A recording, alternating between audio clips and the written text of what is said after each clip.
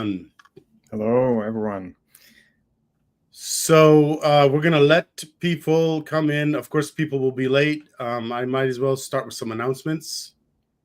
The first one, I guess, the easy one to go with is, what is this live stream? We called it Deconstructing Islam.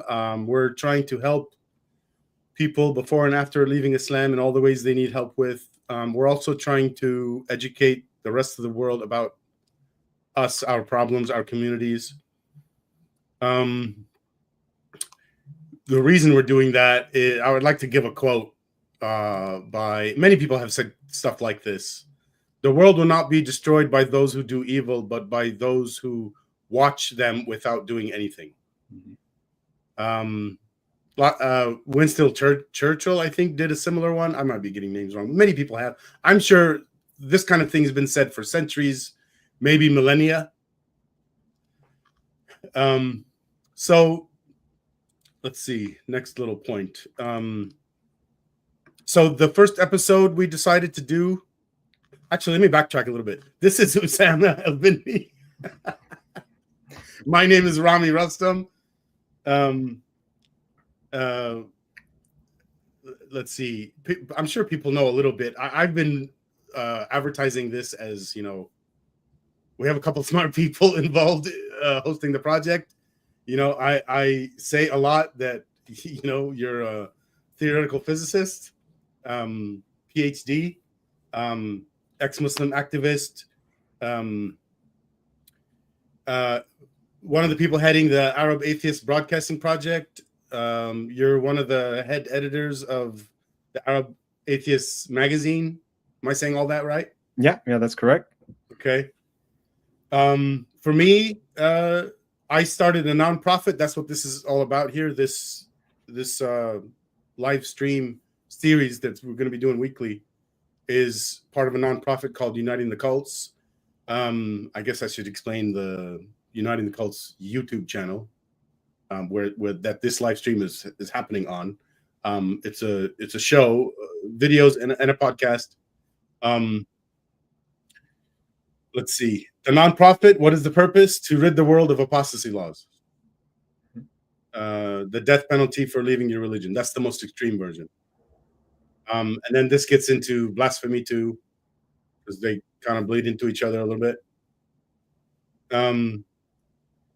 And it really gets into kind of everything, because if you can imagine the obstacles to achieving our goal, there's many. They all have to be overcome.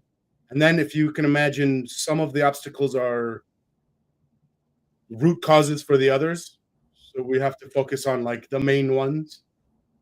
I talk a lot about what I think that is during the live stream we did together for 6.5 hours on June 14th, which was the marking the birth of this organization. And I picked that date because it was the 50th anniversary, to the day, to the hour. I checked if I got the time zones right, because it was California.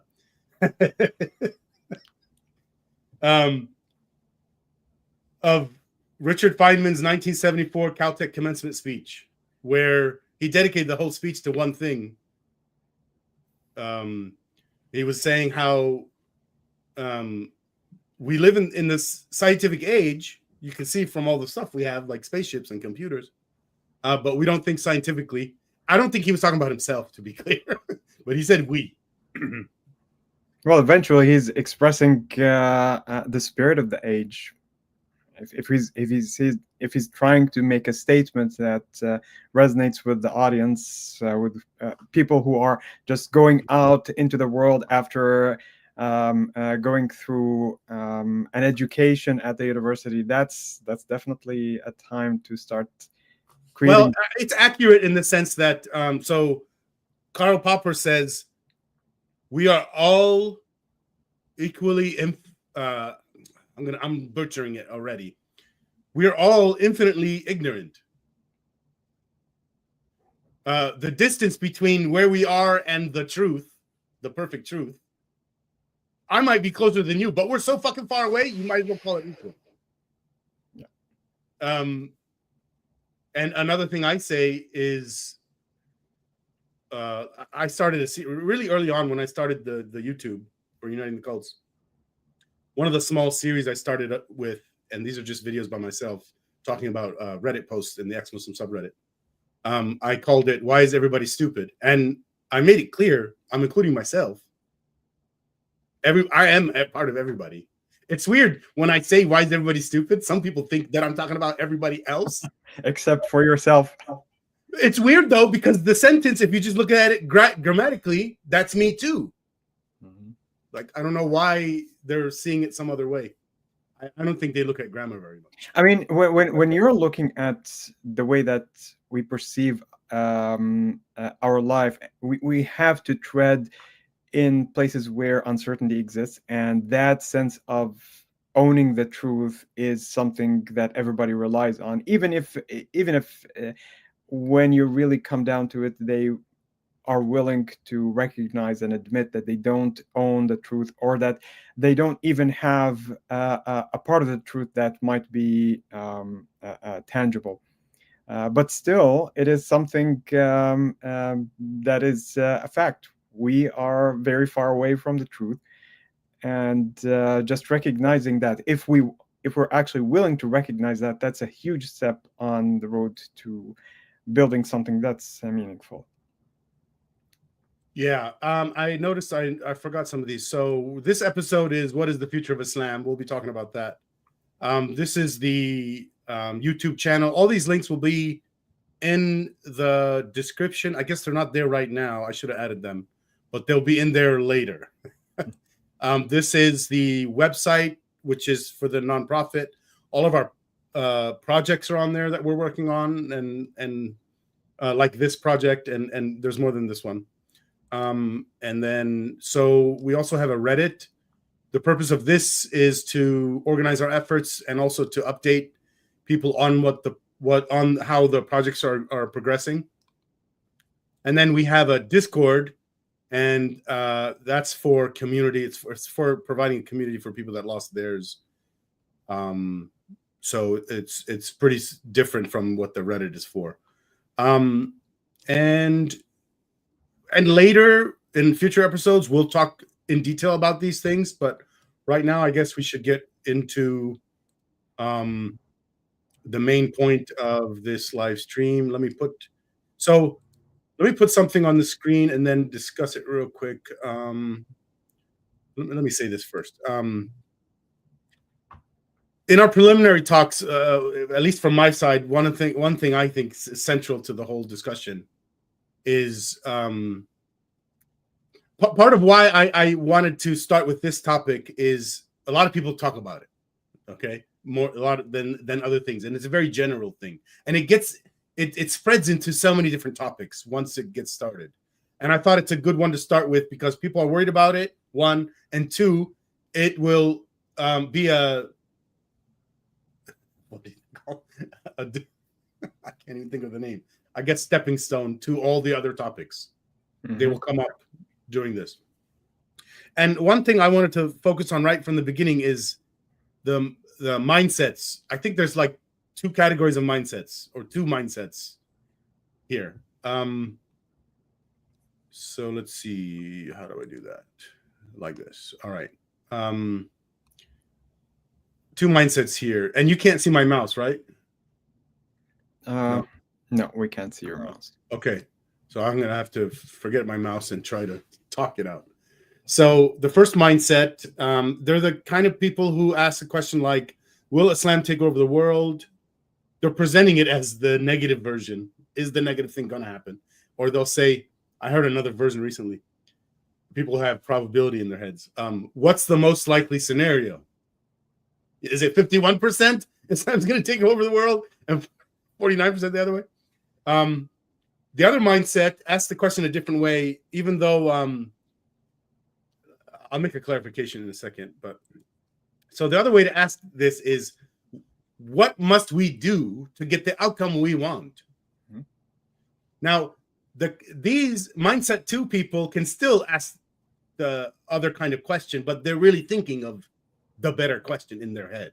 Okay. And I chose the bad form of the question intentionally for this title of this episode.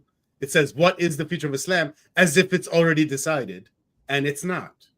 So I sort of played a trick on people already, just to, and really it's like trying to attract the people that already think that way. Well, you're addressing something that is a natural worry, and so it should make sense that when you're trying to first think about this idea, the very first thing that comes to mind is exactly a form of visceral question like that. It's not going to be the rational form of casting this in as what sort of probability are we talking about? What are the actual realistic scenarios that could happen and things of that sort. So it does make perfect sense to be a starting point. Yeah, it makes sense, because you do when you're trying to sort of bridge a gap between you and another person, you do need to help them start from where they are, instead of expecting them to jump 70% of the gap to your side, So let me go to the next slide here. The mindset one people, they see the future as already decided. And I'm not saying if you ask them this, that they would say this. I'm not saying that. I'm saying some of their thinking, at least a portion of it, is like this. They see it as it's already going to happen. It can't be changed. We can't do anything about it to change the matter, or at least they can't. They individually can't. They think, something like that. I guess that would make sense. If you think you can't change the world or affect anyone else, then you're just asking, what the fuck is everyone else doing? Please tell me. Right? But there's no one person that you can ask that could accurately tell you what everyone else is going to do. We don't know. There's 8 billion of us. I even have a hard time imagining what 8 billion people is, what even that, like what kind of size that is. Do you know what I mean? Like sometimes when I'm sure you have, as a physicist, you've tried to wrap your head around some kind of measurement that has some numbers with it, and it's hard to deal with that size of number, either on the small end or the large end. Yeah, we didn't evolve for some of these things, and so even moderately large numbers, or moderately small numbers, also we cannot really fully imagine. Yes, and in this case, it's number of human beings. It's not even like something weird like grains of sand. Okay, that makes sense. There's a lot of those. This is full human beings that I could be talking with on the internet, trading with. 8 billion. I have a hard time. How we're all organized here, I don't get it's hard to understand. I forgot where I was going with this. Let's see. Okay, the next point I wanted to make. This is the same as saying they think there's a fate. Like it's all what's going to happen is like known already. Not known by them, but maybe known by somebody, I guess, or it's written somewhere, something like that. And they want to know what that fate is. And then they're asking us to make a prophecy. And so now I want them to understand how we actually think. We see the future as undecided. We know it's our decisions that's going to control our fate. We want to know what we must do to create the world we want. And so instead of prophecies, we think things like, if we do X, Y, and Z, then A, B, and C will happen. And another way to word stuff like that is, we're trying to understand cause and effect. So, if our goal is X and we recognize that in order to achieve this goal, there are obstacles A, B, and C, and how are we going to overcome these obstacles A, B, and C with methods A1, B1, C1. Okay, I'm going too far now with the variables. So, and then just to throw a little bit of just descriptive words here. Mindset one is pessimistic. Like, whatever bad things you already see happening, they're going to remain, sort of like, why would they change? It's the same kind of people that, just do an example. Okay. Early 1900s, I think, maybe before that, people were, including scientists, okay, were worried that human population is growing beyond and surpassed our ability to make food enough, not just make, but distribute, because distribution is the harder part, actually. And so it was doom and gloom by a lot of people. And then, but what we found out, why they were wrong, is they were just taking the existing trends and seeing what would happen in the future if the trends stayed the same. And they didn't consider, well, what would cause the trend to change? Well, duh, new technology. And these are scientists thinking this way. It's not scientific thinking, okay? And so you have to factor in that, new ideas can change stuff, change trends.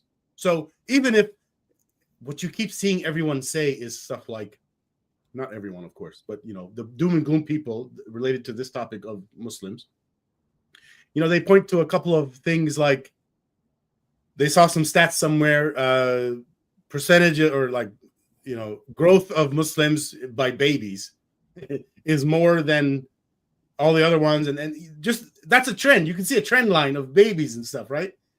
But that doesn't factor in the basic concept of stuff can change with ideas. The baby rate can go down if they get more intelligent, more educated. Because in general, what we've seen is the more educated a society gets, the fewer kids they have.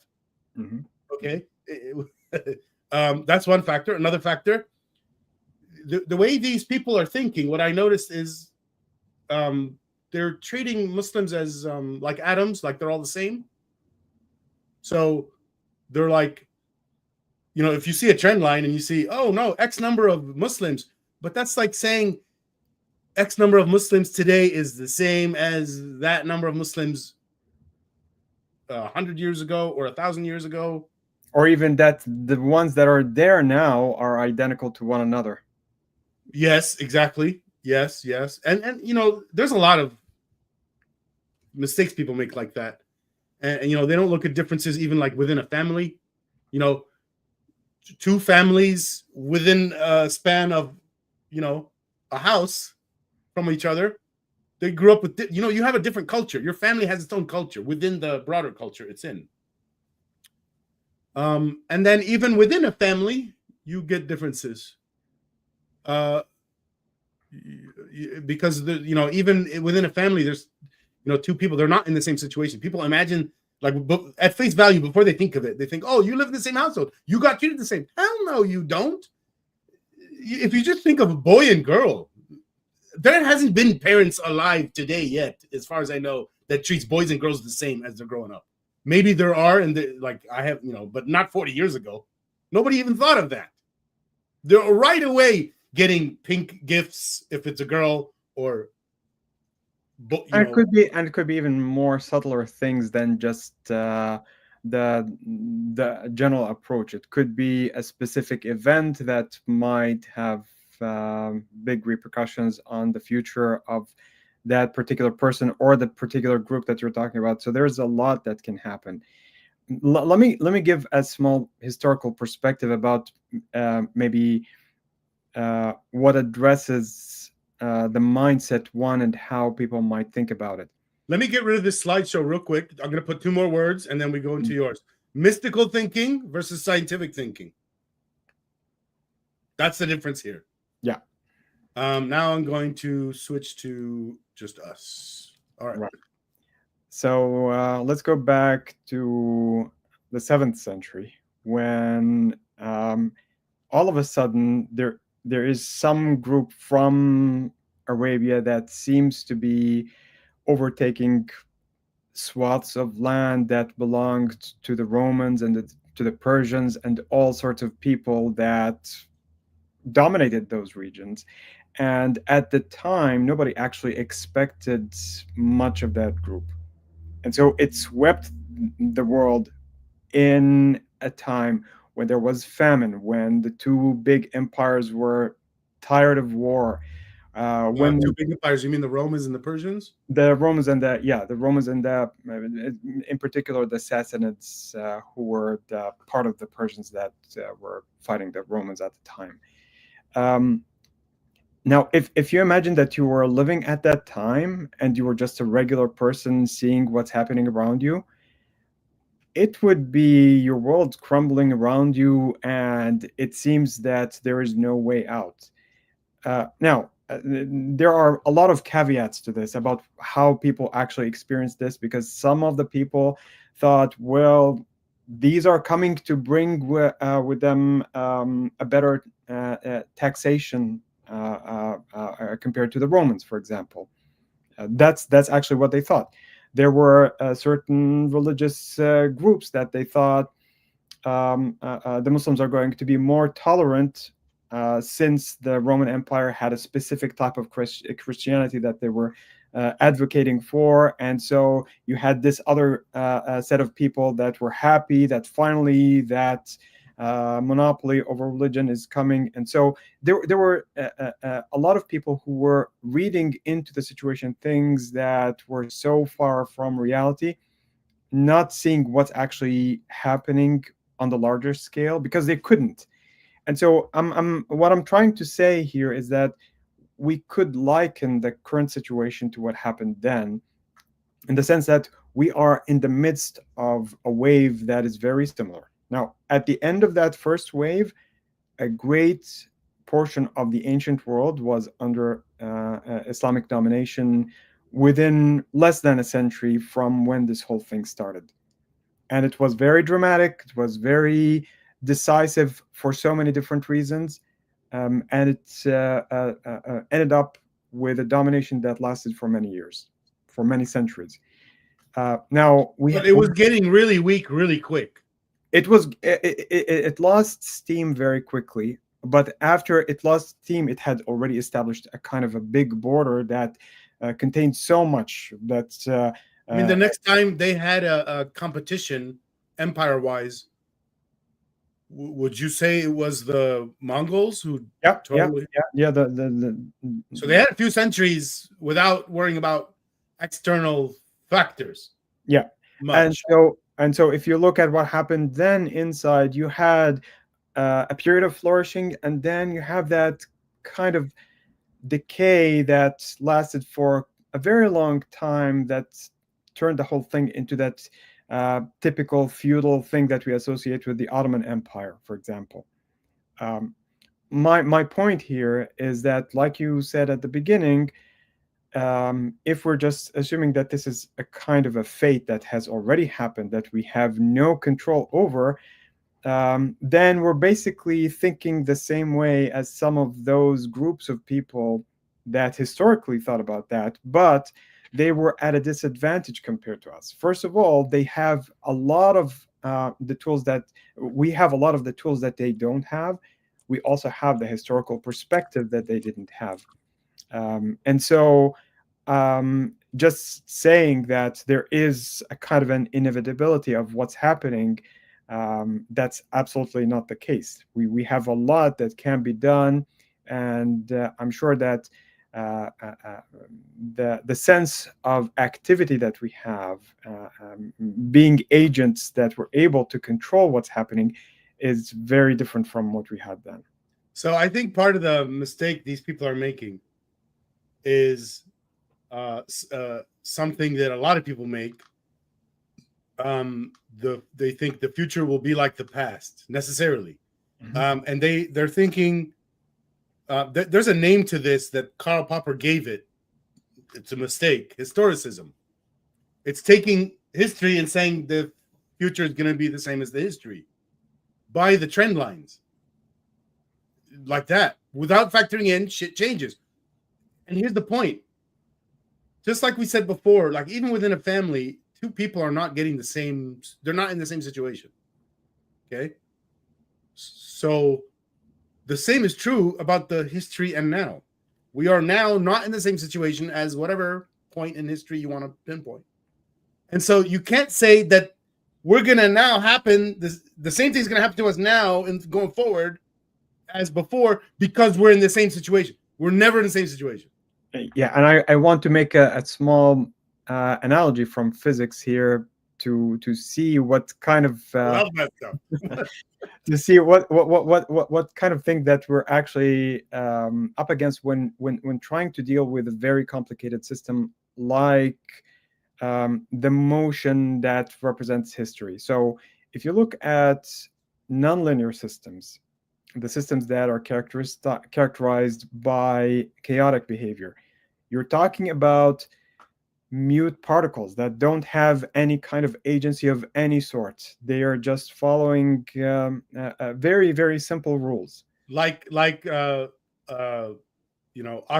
or what kind of oxygen molecules in space of air around. Yeah. We're talking about something very, very simple. Something that can actually be modeled in terms of a couple of differential equations. And so one instant of that was when I believe it was Mandelbrot who was working on what's Mandelbrot? I think so. The prediction of atmospheric phenomena using 3 differential equations, very simple differential equations. You think that, well, you put them together, there's going to be a very well-defined way to think about the solution. You make a very slight change in the initial conditions and you get a really huge difference in the outcome. So much so that even though it's very deterministic, it turns out to be very practically undetermined. It's not. Is it practically undetermined because our measuring from the initial conditions is not good enough? It's because of the fact that you are not able to go to that infinite precision that is required in order to make that. So basically what he was doing, he ran a code to do this experiment, then made a small change by rounding up some numbers, and ended up with a very completely different result. And that's basically the main issue that we have with weather prediction. Now take that to humans. We're not talking about particles anymore, but we are talking about systems that are made up of a huge number of individuals. So you can imagine how that multiplies and gets amplified significantly. And so saying that there is some kind of a fateful result that you have seen that happen before and that this is going to repeat once again because you have seen it happen in one particular way, that's very far from reality. You know what? Let me add this. I'm going to steelman their argument a little bit more and still shoot it down. Suppose there is a fate and that it is known what's going to happen in the future. Well, how the fuck is any human going to know what the hell that is? One of us. You know what I mean? It's kind of like saying, let's say the universe itself knows about itself what's going to happen in the future. Whatever the hell that means. You know, they just jump and say God is doing it, but whatever. It's the same thing. Universe, God combined as one thing. It knows what it's going to happen in the future. But when these people ask us, it doesn't make sense because we don't have like a source to communicate with that entity. You know what I mean? Like, why are they? I don't know why they're asking us like we could know. And the most we could know is the same kind of stuff they could know. Mm-hmm. You know, like well, first of all, it's very limited. Mostly, you know, if somebody's going to ask me what's going to happen in the future, it's mostly, well, I don't know. We can start talking about what we do know. You know, I'm going to map this onto another type of discussion going on around the world. Okay, people worry about what's going to happen when the aliens find us. What are they going to do? And there's a whole category of people that say they're going to murder us. They're going to use us for resources. They're going to, the same as we might do. We pick some species and we do whatever we want to them, kind of. We're not worried about them as, you know, what do they want? Yeah. So people think that's what aliens would do with us. And then there's people that have a different opinion than that. I learned this from David Deutsch. He said, look, for a people to figure out how to get over here from where they were, they had to get so advanced technology-wise Now, in order to get advanced technology-wise, you also need to get advanced morality-wise. You can imagine, just one example, if imagine our future here, if there's, let's go 1,000 years in the future. Let's say, okay, well, how many countries we got? 200? Let's say there's 200 countries. Every single one has 1,000 nukes. And each one of those nukes is 1,000 times stronger than the ones we got today. If we're not more moral than we are today, we're going to kill ourselves. So an immoral race of aliens would have killed itself and not been able to get here. If they managed to get here, they were sufficiently good enough. That's the theory. Okay. Well, morality in general, when you're looking at it and its role in creating technology, without having the ability to create that collaborative environment where people can work together, you would never ever get technology beyond anything like the Stone Age or something of that sort. Obviously. I forgot where we were at right before talking about the future's like the past. Do you remember? Okay. If not, I could just look at our notes and see what our next point was. Right. Yeah, I'm looking at the notes also. The next set of notes are from you. You wanted to talk about the cancer. The idea that you said was we want to fight the cancer, not the cancer patient. Right. So we might get the impression that if you're considering Islam as a threat, like any kind of threat that we have evolved to anthropomorphize the threat. And what I'm hoping is that people don't conflate two different things, ideas with people, because if you see that you have a loved one who is suffering from an illness, and we have to remember that most of those who are ex-Muslims already live within a community that still has their loved ones who are likely still Muslims. And so for those who might be looking from the outside, looking at the Muslims as others, you have to remember that those who are leaving Islam are actually still considering Muslims as their family, their loved ones. And so if you're trying to think about the help that would be provided, you're trying to help the ex-Muslims, and you're eventually trying to help the Muslims rid themselves of whatever issue that they're suffering from. And that's why I mentioned at the beginning, when we were discussing this before, that you're trying to address the cancer or the illness rather than kill the patient, basically throwing the baby along with the bath water.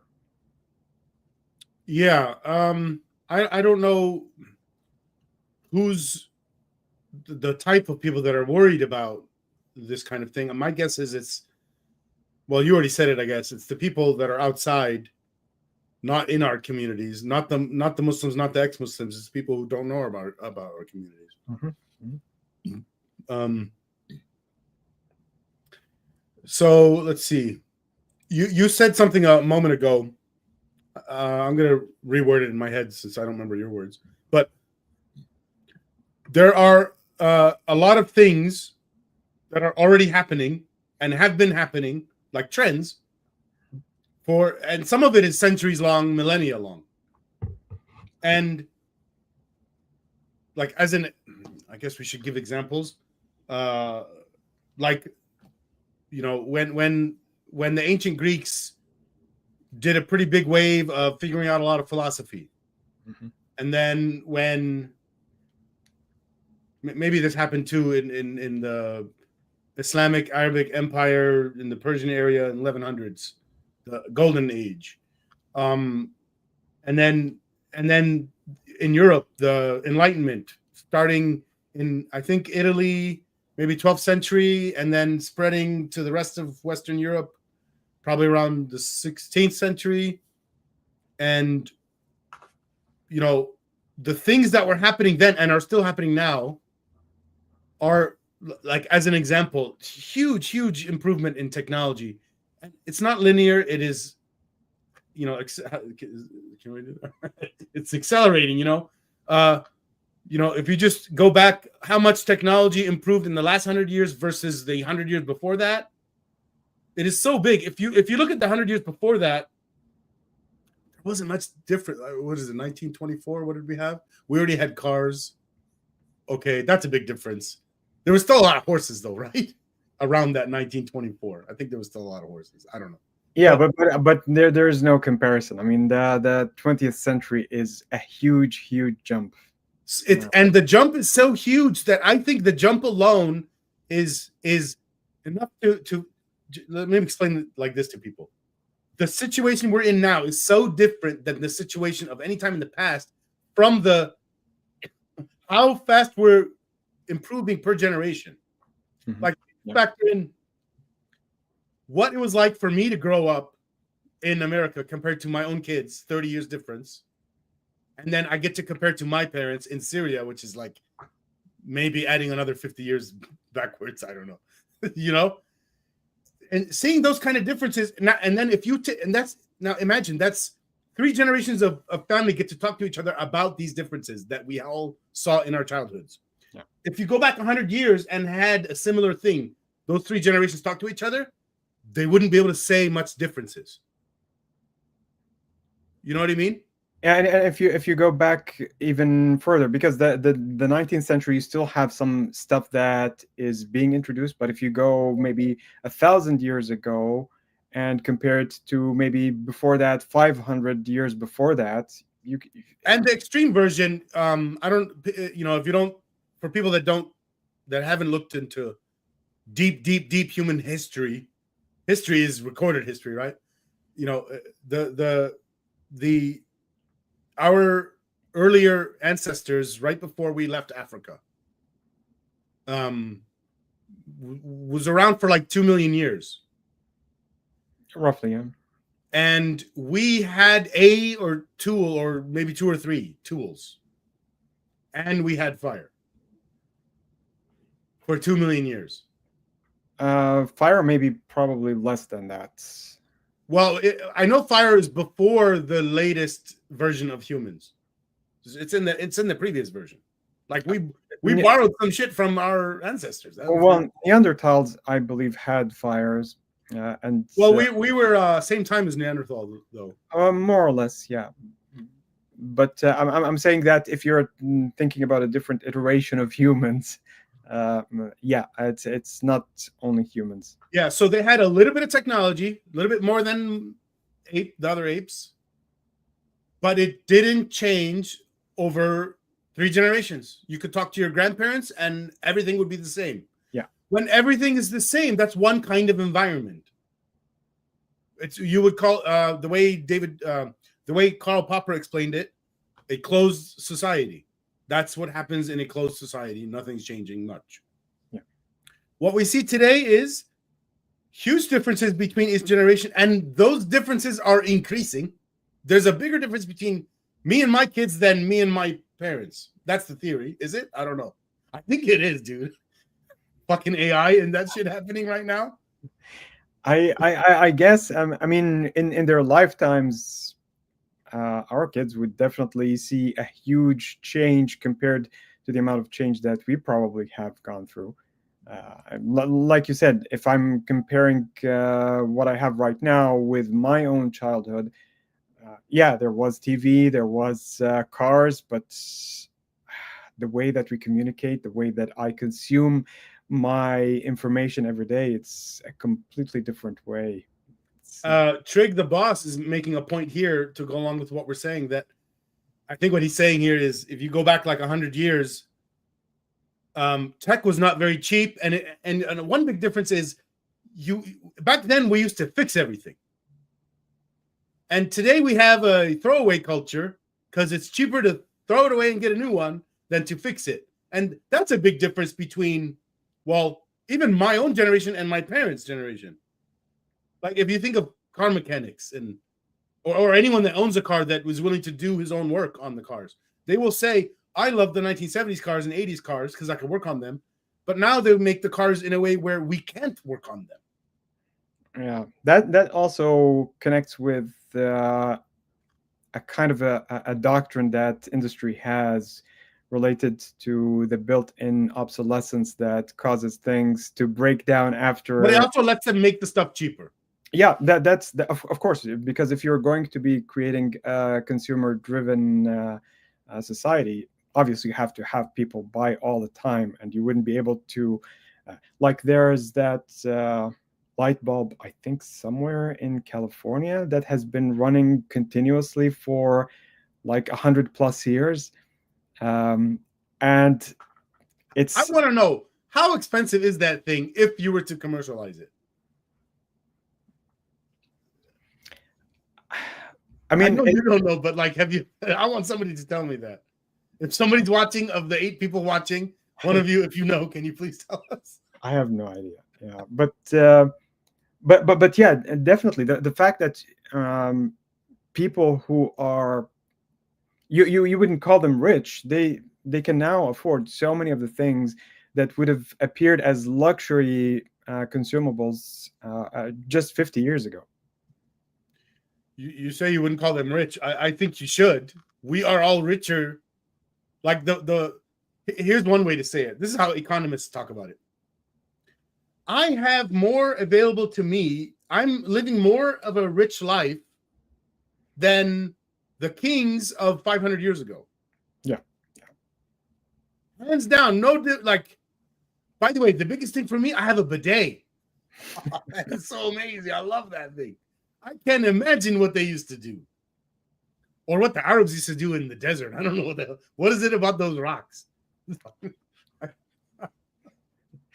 I mean, if you look at it from a practical point of view, if you don't have leaves from trees, if you don't have anything other than rocks, what is it that you're going to do other than that? I don't know. Then why the hell did they live there? That's a weird thing too, by the way. If we want to wonder, how did we get to so many different weird ass places that for people that are in the nicer places, we're thinking, why are you over there? Well, their ancestors took them there, and their ancestors were probably run away from other ancestors trying to kill them. Yeah. So the people living in the North Pole-ish area, the what are they called? The Arctic. The people that live in these igloos, and there's what's their name of their people? I don't remember.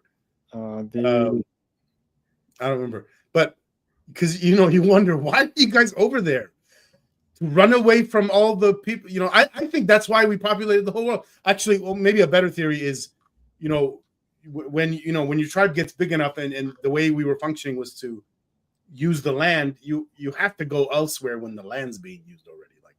Like you already ate up all the animals here, so you have to go somewhere else to eat other animals. That's one way maybe we could have been spreading a lot, or both. Which to some extent connects with what we were talking about at the beginning regarding something like the spread of a religion or anything of that sort. You're taking your culture, you're spreading it in specific places. That's part of what's actually letting you go into these places and creating that coherence as a community. The problem with something like the expansion that happened in the 7th century with Islam, for example, is that you were not really spreading the culture directly. You were when they speak about that spread of Islam at the beginning, and portraying it as the propagation of the word of Allah, or even that it's some kind of a defensive war, which is itself indefensible. It's not actually. Why would you be defending yourself against people from Spain if you're living in Arabia? But that's a different point. The point that I'm trying to make here is that you do carry your culture when you're going to all these places. It's natural to expand for us as humans. What happens in the case of religion could happen organically, but you also have these other means of spreading the religion, which can be through sheer force, I would say, probably. You know, I guess I want to finish the point I was trying to make before. I don't think I closed the topic. The point was to say that there's things that are happening and been happening for so long, and they're positive things, and they're still happening and still going to keep producing positive effects. And people don't think about it because you can't see it now, and they're only looking now. You know, by the way, it's hard. It's hard to see what's happening now when you didn't look about what happened before. Yeah. If you don't know the last 2,500 years of shit going on with humans, then yeah, I can imagine everything happening now would be very scary. And what's even worse is that if you don't have a perspective of what actually happened, how can you have a prediction of what's going to happen? Yeah, that's, I mean, yeah. And then I guess I want to add another point to all of this. Well, I want to finish another point that I still didn't finish. So the bigger topic here that happens outside of the context of Islam is what's going to happen to us in the future, period. Are we going to become a million-year-old race of people with amazing technology and no more war and all that? Or are we going to kill ourselves through war, like I was saying just a little bit earlier? And the question is, you know, which one's going to happen? Well, we don't know. Nobody knows that. And here's what it's pointing to also. The problems that we have are way bigger than Islam. Yeah. The countries that are warring with each other and could, you know, like World War III. Okay, let me go back to World War I and World War II. Was Islam a factor in World War I or World War II? Was Islam harming us? I don't know. I don't think so. Ottoman Empire didn't do anything. Islam didn't do anything. There was way bigger things harming us during that period.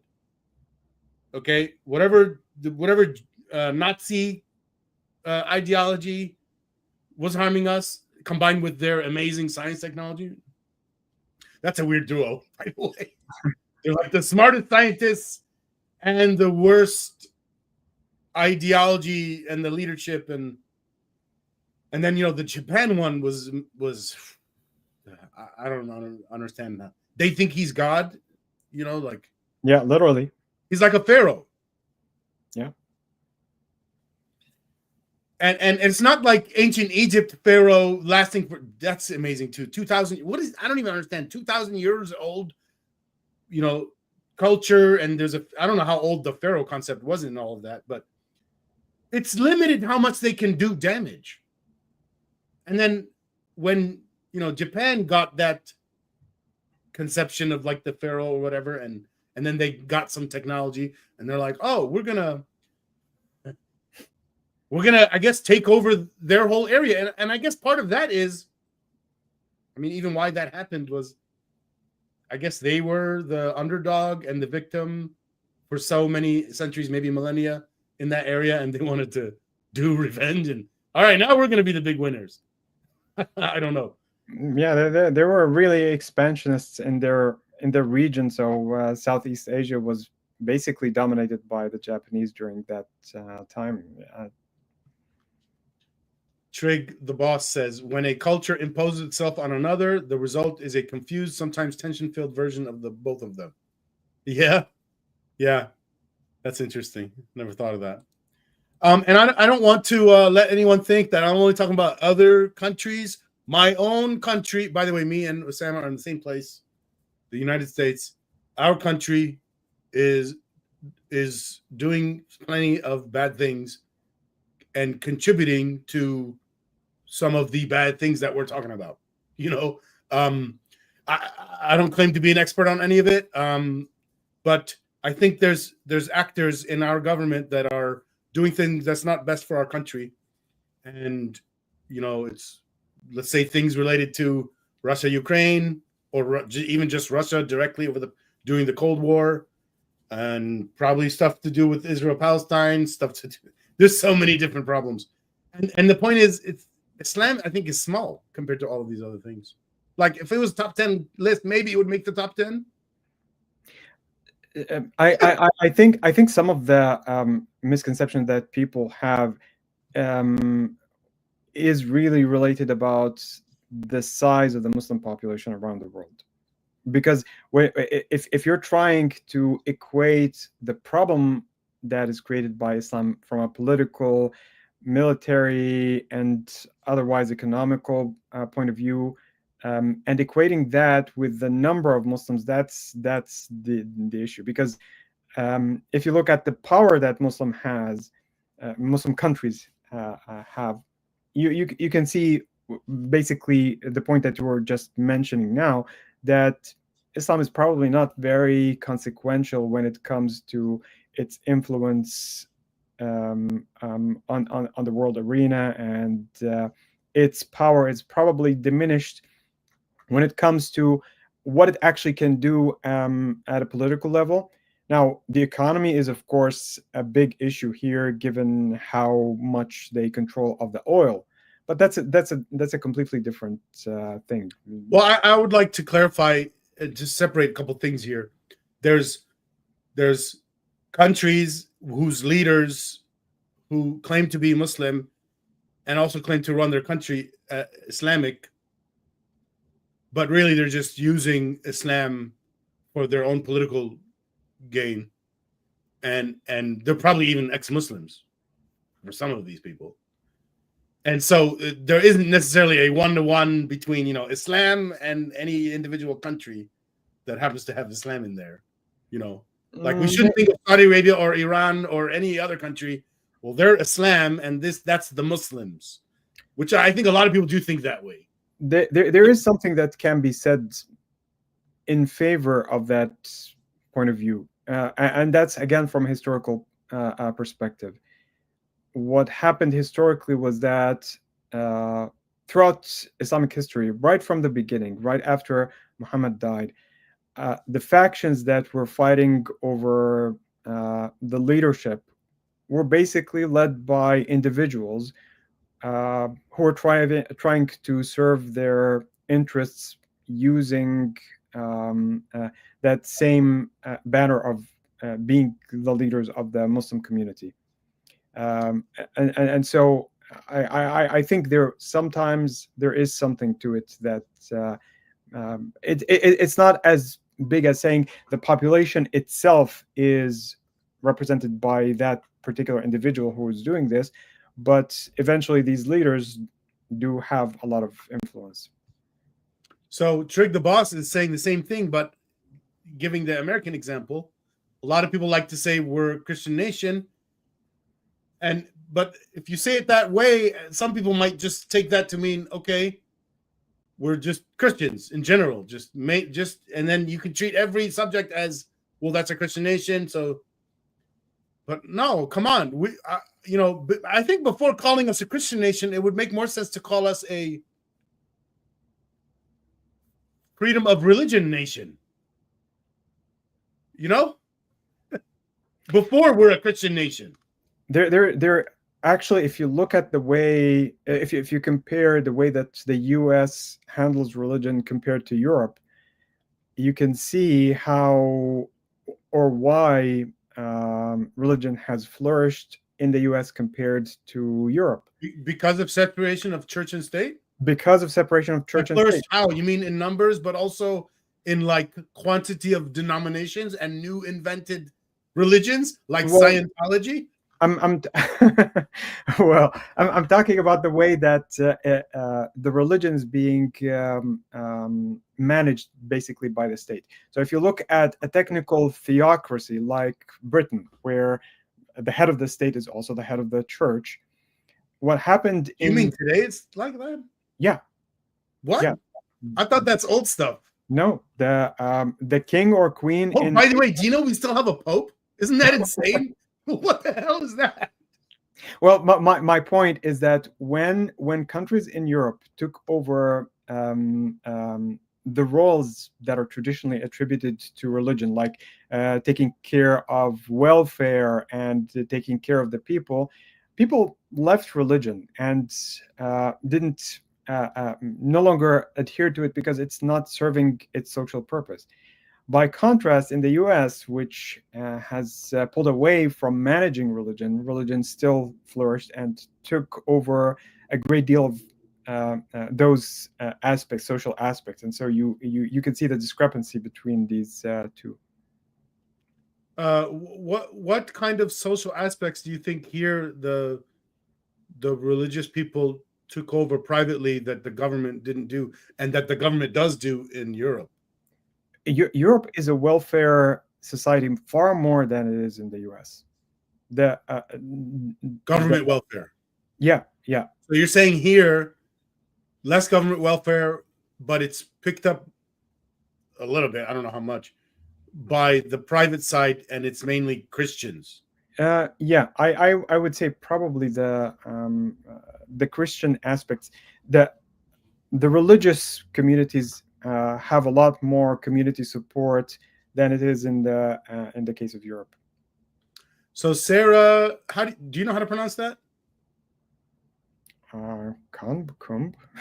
Okay, no, I thought maybe it's an Arabic thing you could figure out. I don't know. She says, I think the Muslim population around the world is overestimated. Ex-Muslims can't be open about not being Muslim, so they're counted as Muslim. Yeah. And I've been saying that a lot, but I wonder if some of the statistical models factor that in. I don't think so. I don't think it's easy for you. So I've looked at some of the surveys that were done in such places, and some of the questions, because of the way that the questions get phrased, and it's not only for Muslims, it's also in places like the US. When the people making the survey ask a direct question, do you believe in God? It's very often the case that because of the phrasing of the question, people end up giving an answer that's not necessarily representative of what. Yeah, and you're just describing general problems with polls. There is it can be so bad. Yeah, there are information from just bad grammar, bad whatever. Not even putting a lot of thought into what the question is going to mean to the people when they hear it. There is a very nice technique that some of the smarter surveyors do, which is to give you something that's completely indirect, sometimes giving you several choices. And based on the choices, they create a statistical model that would basically extract trends that you unconsciously give to them. That sounds like very sophisticated science trying to figure out these things, how to work on polls. And I bet you there's psychologists involved. Right. And one of these surveys, and I cannot come up with a name right now, when it was looking at the number of non-religious people around the world, turned out to give a higher percentage in general by some factor, depending on where you're looking at this, by some factor that was not revealed by the traditional, more direct type of questioning. So people lie on surveys. Well, there's an incentive to lie. Like imagine there was you're in your college campus and the psychology professor says, "Hey, we're doing a study and we're looking for volunteers," and you're reading the contract. It's a waiver, right? A waiver form, and at the end it says, at the end of this study, we have to kill you because we don't want the information to come out. Who's gonna? It doesn't make any sense. It's no different than I realized this a long time ago, and maybe it's not true about Saudi Arabia today, but it was like 20 years ago. Rape statistics in Saudi Arabia. You can't trust them. You probably can't trust them very much here in America either, or at least you could say the rape statistics today are more trustworthy than 30 years ago in America. But if you come, now think people in America who don't know about this kind of stuff can't imagine. I couldn't imagine it. I'm in America and born and raised here, and I have Arab influences, and I couldn't imagine it. In Saudi Arabia, if you're a woman, you get raped, you can get in trouble. Again, forget about now, 20 years ago at least. You get in trouble, and I don't mean just socially in trouble, like in trouble by the law. Yeah.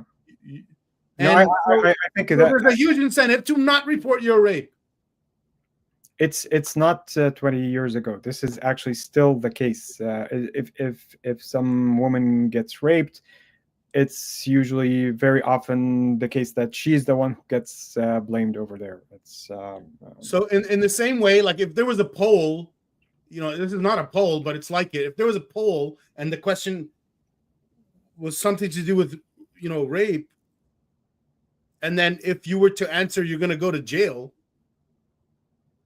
Of course you're going to lie on the poll. Anyway, so none of those numbers mean anything. so some. Well, I know, for example, with the Arab Barometer, which does a lot of statistical surveys in the Arab countries, and I've looked at their results in detail. I know that some of the countries first allowed them, and then they prevented them from conducting the surveys at all. So the states themselves said we no longer want to participate. So, by the way, we're over an hour. I just want to make this comment from Trig the Boss. Anti-Islam sentiment in the U.S. at least has a lot of racism baked in. Yeah, I don't remember what we were talking about where that was related. No, that's definitely what I was referring to. The issue of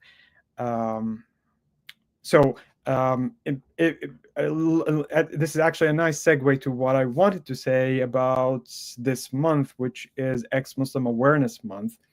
And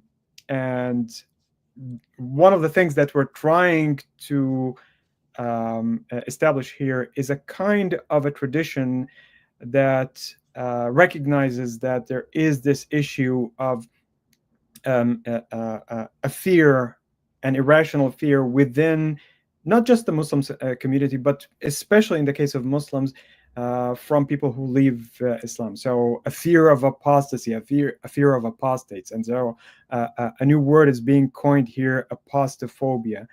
And that's... I don't know if I spelled it right. Yeah. No, that's the way that it's not. And so if you go now on Twitter, you should start seeing throughout the month of December that there is a hashtag that is being propagated. Now you're going to make me say one more thing before we end, and I hope we don't have to keep doing this for like another 2 hours. I remember a long time ago, I was still a Muslim, I think. Yeah. And, I left Islam when I was 32. I'm 46 now, so we're talking a long time ago. I remember being somewhere and a friend... What was it? There was a third person who mentioned they were Lebanese and Christian. And my white friend heard that and was like offended. And I was confused. And I said, what's going on? And he goes, this is the words he said, something like, he was, and even the emotions were coming out too. He wasn't just plainly saying something. Emotions were coming with it. And he was saying, he hates people that leave their like culture or something like that. And then I thought, do you know where Jesus is from? The Christians were there before the Muslims. Yeah. But other than that, that's the first time I noticed this kind of thing. Recently, I've been hearing it, the same kind of mentality, but with some words like they say, what is it? Basically, well, the woke people today, I mean, that is the woke stuff, that kind of concept. They hate anyone who left their tribe. Mm-hmm. Yeah. Even though they probably left their tribe, right? Which makes no sense to me. Like, if you're an ex-Christian, how you hate somebody for, who is it that's hating the people that left their tribe then? They're still in their tribe? It must be woke Christians. Does that make sense? I'm really confused. There is no original tribe for anybody. I mean, if you're looking at the span of human history, you can see that we all keep changing allegiance for all sorts of historical reasons. There is no such thing as allegiances. Yeah, that is the point. Allegiances. See, another word here is loyalty. Now, people think of loyalty for individual people too, like your wife or something. I think there should be loyalty to your principles, but not so much that you're not willing to reconsider them, which really means it's not a loyalty. I don't know. All these words are meaningless, I think. I mean, give me some numbers and I can describe you can be loyal to the principle of seeking the truth, which itself means that you're going to be essentially changing that loyalty depending on where that truth is going to lead you. And that's something that's very hard for most people.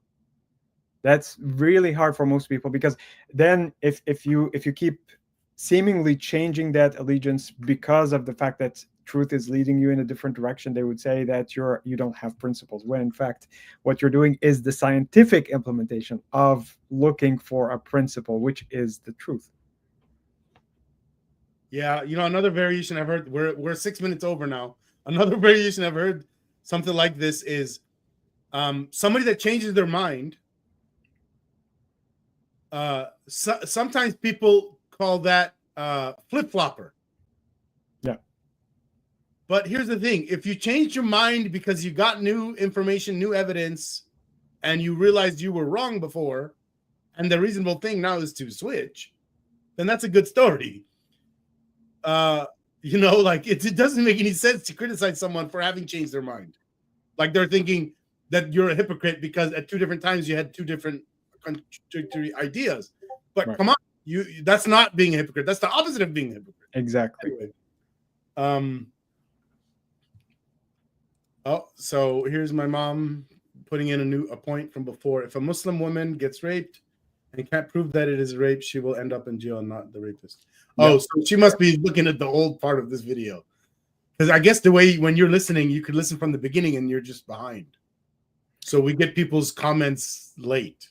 Yeah, well, we did talk about that a little bit recently, but yeah, she's absolutely right. The woman almost invariably gets blamed for this. Yeah, and by the way, to be clear to everyone, there's still a little bit of that happening in America, at least if not in the law, at least socially.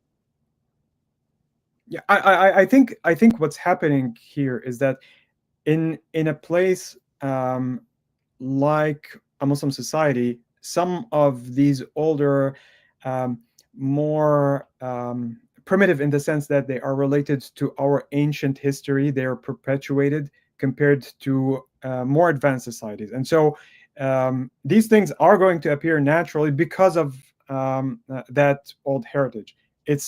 Are we able to change it right now, given what we have in terms of progress or not? That's the difference. Trig the boss must have seen some statistics on this. In the US, only 1 in 3 rapes are reported. So I'm guessing the way they get this number is to do a poll, and the women said, I didn't report it, and it happened. Yeah. So there's something global to. Once again, to say that, well, this is something that characterizes Muslims, that's one of the issues. It's not something that characterizes Muslims. But what I'm saying here is that in Muslim societies, it's very important to keep it under covers. And if it comes out, it's the woman who gets blamed. Yeah, and for anyone to understand this a little bit better, go back to, I remember recently seeing a documentary made in the 70s. So it's black and white. This one was black and white. And it was describing how before, like in the 50s, they weren't even recording statistics or recording anything with the police about women getting beat by their husbands. Yeah, it was not recorded, yeah, which is really weird, by the way, given that if somebody else beat that woman outside, that would be recorded. In your house, not recorded. That's really weird to me.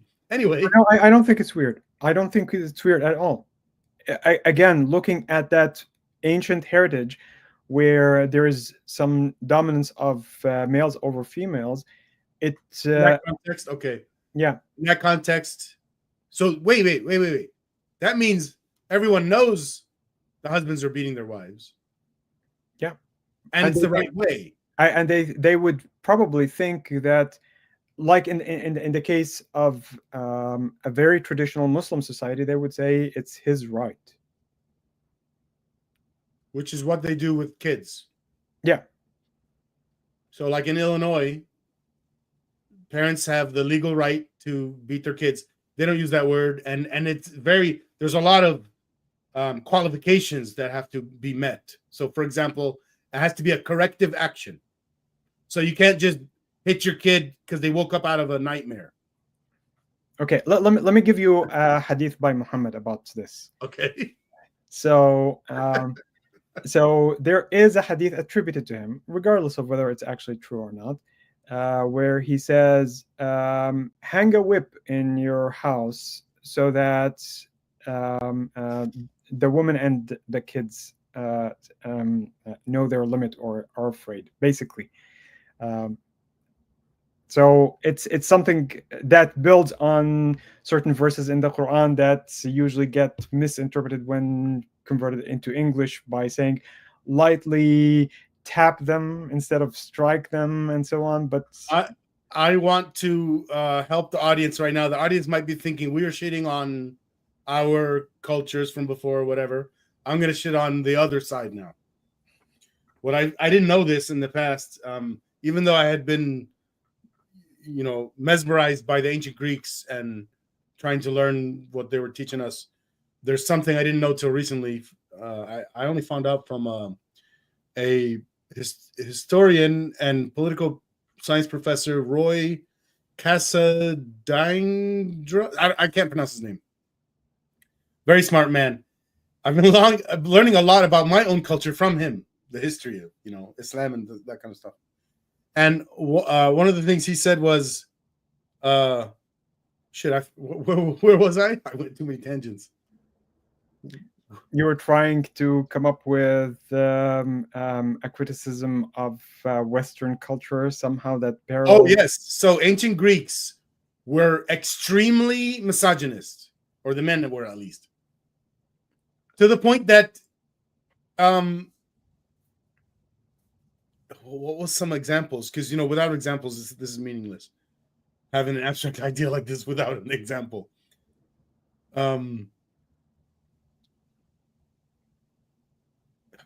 What's an example? Was this the period of time where the men gathered together to decide if women are human? Or is that much later in the Middle Ages? Yeah, I think, yeah. Here's what's weird. This is going to go along with me then. The Middle Ages and Europe, they claim that they are an offshoot of the ancient Greeks. And that's partly where they got a lot of their misogyny. Yeah, I don't know about that. Probably this grew organically much more than something that could be transferred. Meaning every place had it.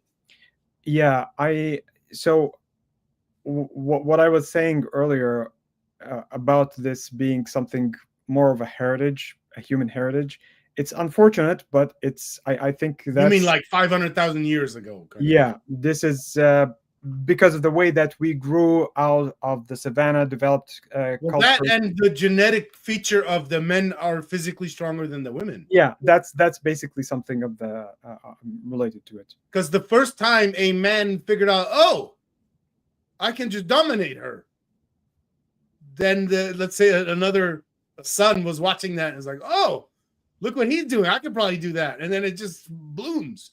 And then 500,000 years of culture built on that. Yeah, but at the same time, it's not simply a genetic thing. Because if you look at a very close relative of ours, which is the bonobos, that's not how it works. It's actually the other way around. So explain that.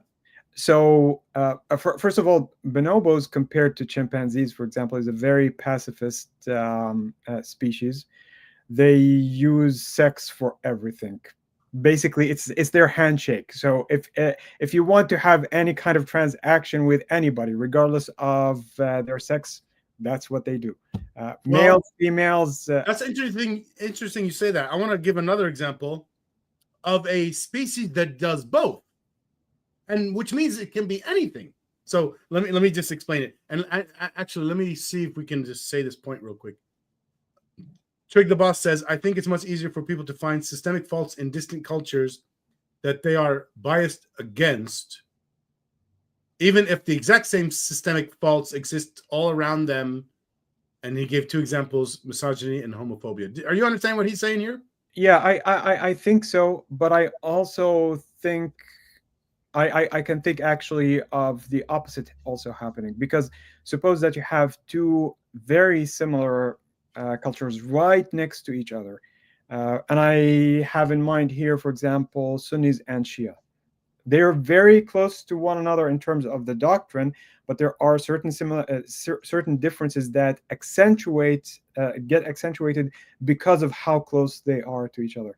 The same way that when we're looking at various animals, the one that we have an issue with is probably going to be the ones that look as similar to us as possible. But I can see also the point that's being made over here making sense. So here's the last thing I want to say, and then we're going to stop. Okay, no more. Keep going.